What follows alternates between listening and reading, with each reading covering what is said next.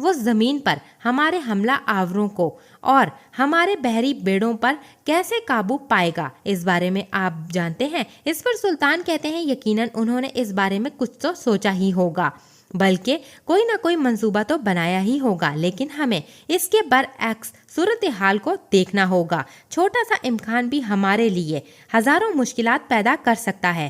ہر بندرگاہ، ہر جہاز پر آپ پہرے دار کھڑے کریں اور وہاں پر ہونے والی چھوٹی سی چھوٹی حرکت کی بھی مجھے معلومات چاہیے۔ جو بھی کیتھولک جانے والی لاطینیوں کی ممکنہ امداد کسی بھی صورت گیلی پولی سے نہیں گزرنی چاہیے۔ اس پر زاغنوس پاشا کہتے ہیں جیسے آپ کا حکم میرے سلطان۔ دوسری جانب ہم قسطنطنیہ کو دیکھتے ہیں، جہاں پر قسطنطنیوس گودام جلنے کے بعد بہت زیادہ غصے میں ہوتا ہے اور کہتا ہے کہ سارے منصوبے کو رائگاں کر دیا۔ یہ ناقابل یقین ہے، یہ سب نوتارس کے اناڑی پن کی وجہ سے ہوا ہے۔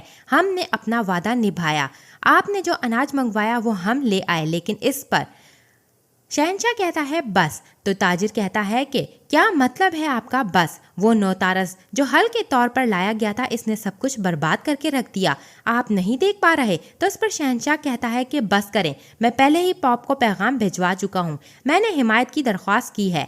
اس پر میناتو پوچھتا ہے اور نوتارس وہ کیا کہے گا؟ اس پر شہنشاہ کہتا ہے کہ میرے لوگ میرے مدد کے لیے پکارے گئے ہیں۔ اب اس سے کیا فرق پڑتا ہے کہ نوتارس کیا کہتا ہے؟ کیا آپ کو لگتا ہے کہ مجھے پرواہ ہے کہ نوتارس کیا سوچتا ہے، جبکہ میرے لوگ بھوکے مر رہے ہیں میناتو؟ اس پر میناتو کہتا ہے کہ شہنشاہ مجھے تو نہیں لگتا کہ یہ سب کچھ اتنا آسان ہوگا۔ تو شہنشاہ کہتا ہے چونکہ وہ اس موقع کو استعمال نہیں کر سکا جو میں نے اسے دیا تھا، پھر اسے اس کا خمیازہ تو بھگتنا ہی پڑے گا۔ وہ سریوں اور کارامان سے ملنا چاہتے ہیں اور میں نے اسے اجازت دے دی، اور پھر نتیجہ کیا ہوا؟ وہ خالی ہاتھ واپس آیا۔ اب اسے دیکھنے دو کہ ہمارے پاس کون رہ گیا ہے۔ کیتھولک کے علاوہ ہماری مدد کرنے والا کوئی نہیں، یا تو وہ اس کے ساتھ معاہدہ کرے گا یا پھر۔ اسی کے ساتھ ہم دوسرا منظر دیکھتے ہیں، ویٹیکان محل، جہاں پر پاپ اپنے ساتھیوں کے ساتھ بیٹھا تھا اور پاپ کا ایک ساتھی اسے خط پڑھ کر سناتے ہوئے کہتا ہے کہ سلطان محمد قسطنطنیہ پر قبضے کو ایک الہی مقصد کے طور پر دیکھ رہا ہے۔ ہماری سرحدوں پر مسلمانوں کی طرف سے مسلسل حملے ہو رہے ہیں۔ مسیحی عوام کی تشویش دن بدن بڑھتی جا رہی ہے، جو اپنے ایمان کی قیمت ادا کر رہے ہیں۔ ہمارے غصے کے مشرقی گڑھ بازنطینی کا زوال مسیحی دنیا کے لیے بھی تباہی کا باعث ہوگا، لہٰذا فوری مدد۔ اس سے پہلے کہ خط پڑھنے والا شخص مزید کچھ کہتا، پاپ اسے ہاتھ کے اشارے سے کہتا ہے بس، اور اس کے بعد وہ اپنے ساتھیوں سے گفتگو کرتے ہوئے کہتا ہے نتیجہ واضح ہے، غریب روحیں اب مسیحی اتحاد کی اہمیت کو سمجھ رہی ہیں۔ اس پر پاپ کا ساتھی کہتا ہے کہ آرتھوڈاکس نے خود کو اس بے بس حالت میں ڈال دیا۔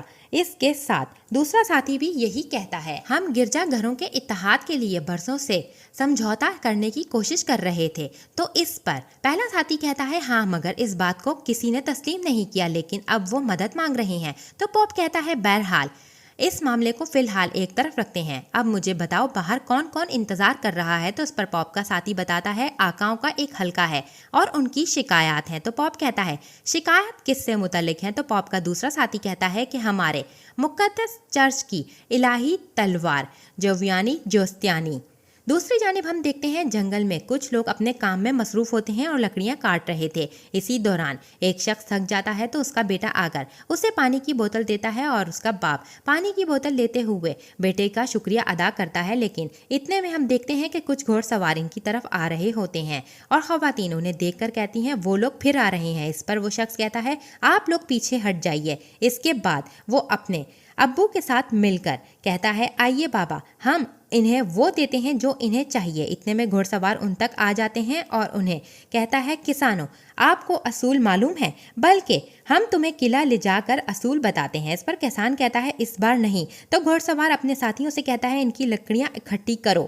اس پر کسان انہیں روکنے کے لیے اپنی تلوار نکالتا ہے اور بھرپور کوشش کرتا ہے کہ ان کی لکڑیاں اکٹھی نہ کی جا سکیں۔ اتنے میں گھوڑ سوار خواتین کی جانب دیکھتے ہوئے کہتا ہے کہ ٹھہرو، لینے کے لیے اور بھی بہت سی قیمتی چیزیں موجود ہیں، انہی پر تو ہمارا حق ہے۔ یہ کہہ کر گھوڑ سوار خواتین کی طرف بڑھنے لگتا ہے اور باقی کے گھوڑ سوار بھی خواتین کو پکڑ کر لے جاتے ہیں۔ اتنے میں بہت کوشش کرنے کے بعد کہسان کی کچھ ہی دیر میں مکمل فیملی ماری جاتی ہے اور وہ شخص جو کہ گھوڑ سواروں کی قید میں تھا، وہ چلانے لگتا ہے اپنے گھر والوں کی موت دیکھ کر اور کہتا ہے کہ تم لوگ اس کا حساب دو گے۔